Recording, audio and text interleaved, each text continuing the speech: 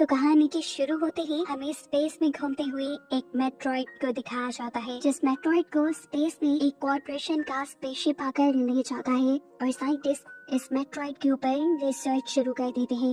और रिसर्च के दौरान साइंटिस्ट को मालूम हुआ कि इस मेट्रॉइड के अंदर एक फेसहगर था, जिसे एलियन का एग भी कहा जा सकता है, जो कि इंसान या किसी भी जानदार के अंदर जाकर एलियन को जन्म देता है। सीन कट होकर हमें रेन नामी एक लड़की से मिलवाया जाता है, जो कि किसी दूसरे प्लेनेट पर अपने भाई के साथ रहती है। उसका भाई, जिसका नाम एंडी है, वो कोई इंसान नहीं बल्कि एक एंड्रॉइड रोबोट है, जिसे रेन के डैड ने बनाया था रेन का ख्याल रखने के लिए। मालूम होता है कि रेन अपने प्लेनेट को छोड़कर एक दूसरे प्लेनेट पर जाना चाहती है, क्योंकि उनके प्लेनेट से सूरज दिखाई नहीं देता था और वो सूरज को देखना चाहती थी। और जाने के लिए उन्हें चाहिए थी एक टिकट, जो इन्हें तब मिलती जब ये अपने 12,000 वर्किंग आवर्स पूरे कर लेते।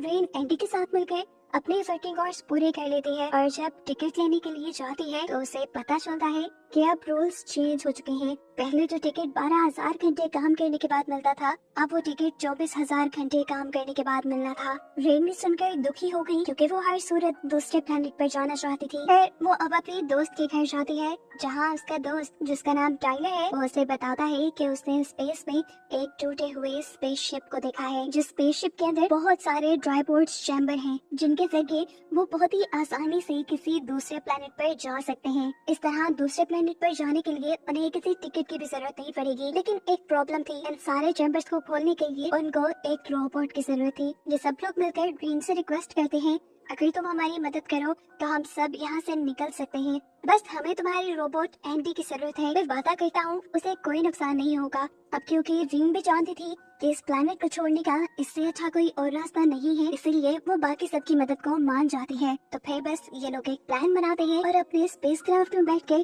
स्पेस की तरफ निकल जाते हैं। स्पेस में जाने के बाद इन्हें पता चलता है कि जिस स्पेस स्टेशन के पीछे ये लोग जा रहे थे, उसके दो पार्ट्स थे, एक का नाम रेमस था और दूसरे का नाम रेमुलस। और सबसे बुरी बात ये थी कि रेमुलस अब तबाह होने वाला था, वो भी सिर्फ 37 मिनट के अंदर। ये सुनकर सभी डर जाते हैं, लेकिन टाइगर सबको हौसला देता है और कहता है कि वो लोग सिर्फ 30 मिनट में ही अपना काम खत्म करके वापस आ जाएंगे। ये कहने के बाद टाइलर एंडी और अपने एक और पार्टनर को लेकर रेमुलस के अंदर चला जाता है और बाकी इनकी ग्रुप की तीनों लड़कियां रेमस में बैठकर उन्हें देख रही थी। एंडी रेमुलस के सिस्टम को खोल सकता था। एंडी के रेमुलस को खोलने के बाद ये लोग अंदर जाते हैं और ये देखकर वो हैरान थे कि रेमुलस का एक हिस्सा ऐसे तबाह हुआ था जैसे वो मेल्ट हो गया हो और यहाँ पे आधा मेल्ट हुआ रोबोट भी पड़ा था। खैर अभी इन सब पे ध्यान देने का वक्त नहीं था। ये लोग आगे जाकर ड्राई पॉट्स को ढूंढते हैं, जो इन्हें मिल भी गए, लेकिन बुरी बात ये थी कि इनके अंदर ज्यादा फ्यूल नहीं था, इसीलिए अब ये लोग स्पेस स्टेशन के अंदर फ्यूल को ढूंढने लगे।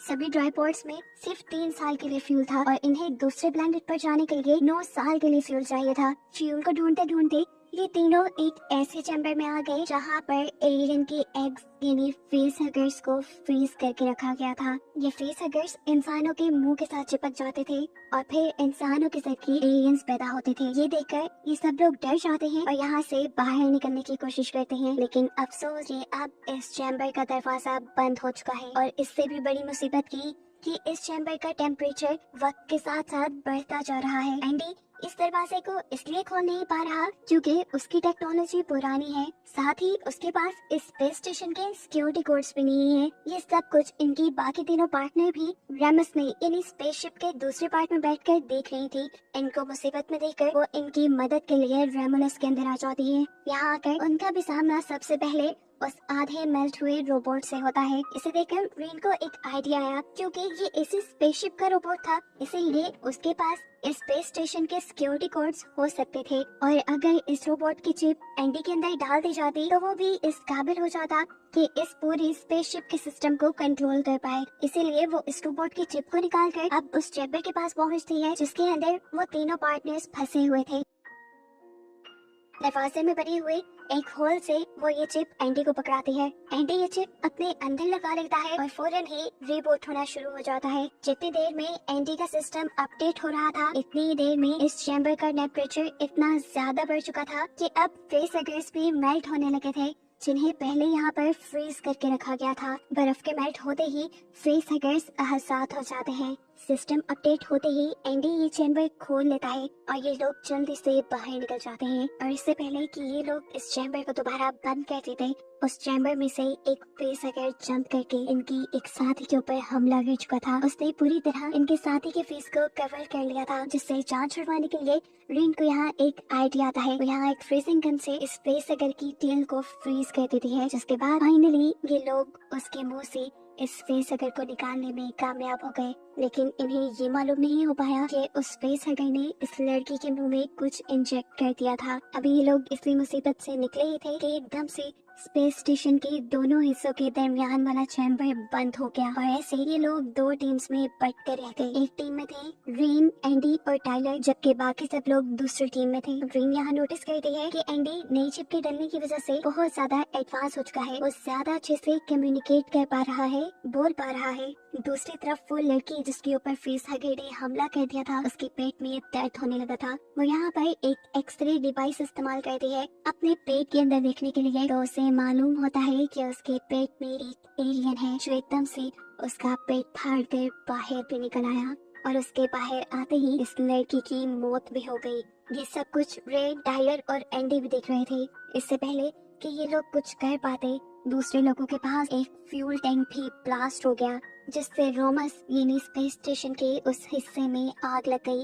यानी अब टाइलर और रेन के उन दोनों साथियों की जान खतरे में थी, जिन्हें ये लोग बचाने का फैसला करते हैं। लेकिन ये काम इतना भी आसान नहीं था। इन्हें बचाने के लिए इन तीनों को उस चैम्बर से भी गुजर कर जाना था जिसमें फेस हगर्स थे। यानी ऐसे ही इनकी अपनी जान को भी खतरा हो सकता था। लेकिन ये लोग हाथ बांध कर भी नहीं बैठ सकते थे। ये लोग कुछ सोचने के बाद एक प्लान बनाते हैं। रेन ये बात जानती थी कि ये फेस हगर्स इंसानों की बॉडी टेम्परेचर और शोर की वजह से उन्हें डिटेक्ट कर पाते हैं। ये लोग वैसे उन्हें देख या पहचान नहीं सकते। सो इसीलिए इन्होंने फैसला किया कि ये लोग चैम्बर का टेम्परेचर इंसानों के टेम्परेचर के मुताबिक कर देंगे, जिससे इंसानों का अंदर होना इन्हें पता नहीं चलेगा और बिना शोर किए ये लोग आगे बढ़ जाएंगे। और इसी प्लान के मुताबिक ये लोग आगे बढ़ने लगते हैं। दूसरी तरफ रोमस में उन दोनों बहन भाइयों को दिखाया जाता है। वो लोग आग से अपनी जान बचाने के लिए आगे बढ़ रहे थे, लेकिन तभी उस लड़की का सामना हुआ एक एलियन से। ये वही एलियन था जो मरने वाली लड़की के पेट से निकला था और कुछ ही देर में वो इतना बड़ा हो चुका था। इससे पहले कि वो उस लड़की को डिटेक्ट करके उसे मार देता, एकदम से उस लड़की के पीछे उसका भाई आ जाता है और उसके मुंह पे हाथ रख देता है ताकि ये लड़की कोई शोर ना करे। और फिर उसका भाई अपने एक वेपन को एलियन के पेट में घुसा देता है। इसका मतलब था कि एलियन अब मर गया, लेकिन हकीकत ये नहीं थी। यहाँ एलियन ने इन्हें मैनिपुलेट करने के लिए सिर्फ मरने की एक्टिंग की थी। वो भी जिंदा था और अपना बदला लेने के लिए वो इस लड़के के ऊपर अपना बहुत सारा एसिड गिरा देता है, जिससे ये लड़का अपनी बहन की आंखों के सामने ही जलकर मर गया। ये देखकर वो लड़की बहुत ज्यादा डर चुकी थी। अपनी जान बचाने के लिए वो चैम्बर की डोर की तरफ भागती है, लेकिन चैम्बर का दरवाजा बंद था। खौफ में उसने चैम्बर का दरवाजा खड़काना शुरू कर दिया। ये बात जाने बगैर कि ये एलियन शोर से ही अट्रैक्ट होते थे। उसकी आवाजें सुनकर एलियन भी उसका पीछा करना शुरू कर देता है, जबकि दूसरे चैम्बर में मौजूद टाइलर और रेन भी उसकी आवाजें सुन पा रहे थे। उसकी चीखने चिल्लाने की आवाजें सुनकर टाइलर भी बुरी तरह डिस्ट्रैक्ट हो गया और चलते हुए उससे शोर हो गया। ऐसे बहुत से फेसहगर्स उनकी तरफ अट्रैक्ट हो गए। इन सब की जान खतरे में थी, लेकिन यहाँ पर एंडी इन दोनों की मदद करता है और इन दोनों को ही वक्त रहते उस चैम्बर से बाहर निकाल कर फेसहगर्स से बचा लेता है। फाइनली अब ये लोग दूसरे चैम्बर में आ गए थे जहाँ ये लोग सेफ थे। इस चैम्बर का दरवाजा स्पेसशिप के दूसरे हिस्से के साथ भी मिल रहा था, जहाँ पर वो दूसरी लड़की मुश्किल में थी। उसके पीछे एलियन पड़ा हुआ था। वो लड़की जोर जोर से इनके चैम्बर का दरवाजा खड़काती है, लेकिन एंडी ये दरवाजा नहीं खोलता। लेकिन एंडी उसकी मदद नहीं करता, क्योंकि अब उसका मकसद इंसानों की हिफाजत करना नहीं रहा था, क्योंकि उसके अंदर की चिप रिंग ने इस स्पेस स्टेशन के रोबोट की चिप के साथ बदल दी थी। इसीलिए अब उसका असल मकसद था इस स्पेसशिप को बचाना। और क्योंकि स्पेस स्टेशन के दूसरे हिस्से में एलियन था, इसीलिए उसने ये दरवाजा नहीं खोला कि कहीं एलियन स्पेसशिप के इस हिस्से में भी आकर तबाही न मचा दे। रेन एंडी को कहती रह जाती है, दरवाजा खोलो, वो खतरे में है। लेकिन एंडी उसकी एक बात नहीं सुनता और सामने दूसरे चैम्बर के अंदर इनकी आंखों के सामने ही एलियन उस लड़के पे हमला करके खत्म कर देता है। उसकी मौत रेन को पागल कर चुकी थी। उस समय वो एंडी के मुंह पे थप्पड़ मारती है और कहती है, तुम पहले जैसे नहीं रहे, तुम बदल गए हो, संग दिल हो गए हो। खैर एंडी खुद ज्यादा रिएक्ट नहीं करता और रेन और दूसरे साथी को लेकर इसी स्पेस स्टेशन में मौजूद एक लैब में आता है, जहाँ साइंटिस्ट ने बहुत सारे एक्सपेरिमेंट करके एक ऐसा लिक्विड बनाया था जिसकी मदद से किसी भी इंसान की किसी भी बीमारी को ठीक किया जा सकता था। यहाँ तक कि वो इंसान जो बिल्कुल मरने के करीब था उसको भी जिंदगी दी जा सकती थी। रेन यहाँ पर एक वीडियो भी देखती है जिसमें उनकी इस लिक्विड का डेमो दिया गया था। एक बीमार माउस यानी एक बीमार चूहे के अंदर जैसे ही इस लिक्विड को इंजेक्ट किया गया तो एक ही सेकंड में वो दोबारा पहले जैसा सेहतमंद हो गया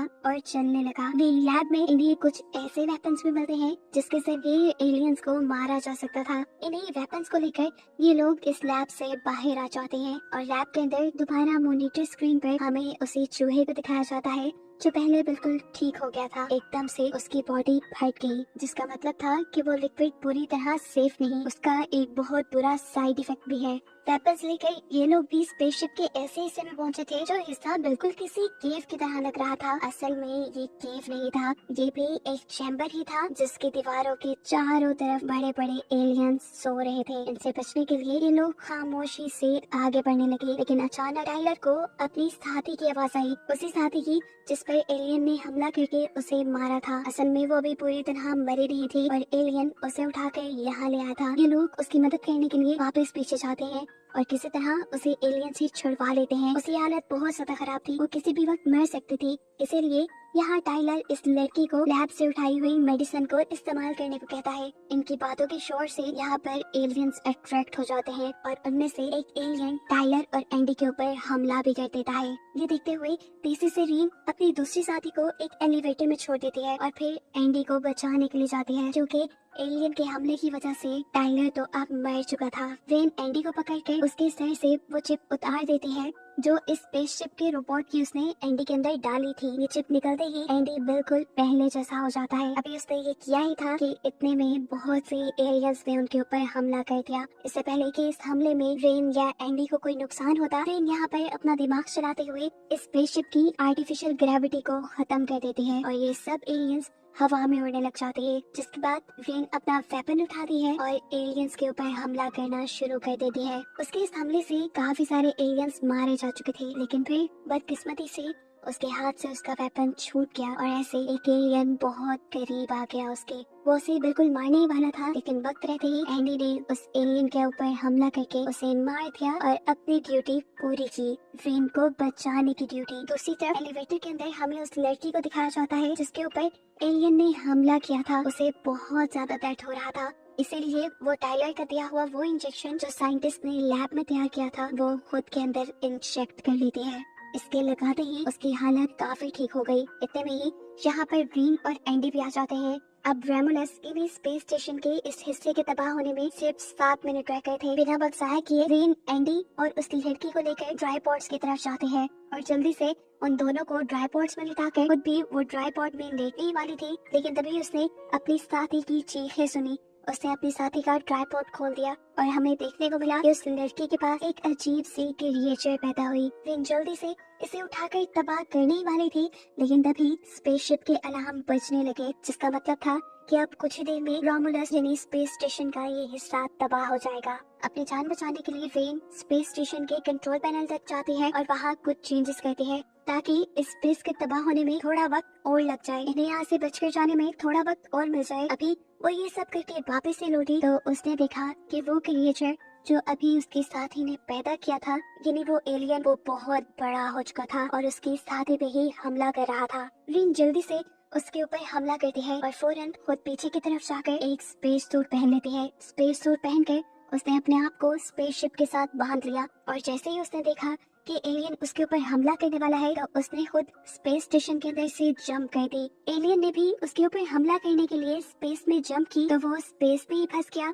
और क्योंकि खुद रीन ने स्पेस सूट पहन रखा था, उसकी मदद से वो स्पेस स्टेशन के अंदर वापस आ गई, जिसका मतलब था कि अब रीन और एंडी ही जिंदा बच पाए थे। एंडी को उसने पहले ही ट्राइपॉड में लिटा दिया था और अब वो खुद भी ट्राइपॉड में लेट जाती है और फाइनली ये दोनों निकल जाते हैं एक दूसरे प्लेनेट के लिए, जिन्हें दिखाते हुए ये कहानी यहाँ खत्म हो जाती है।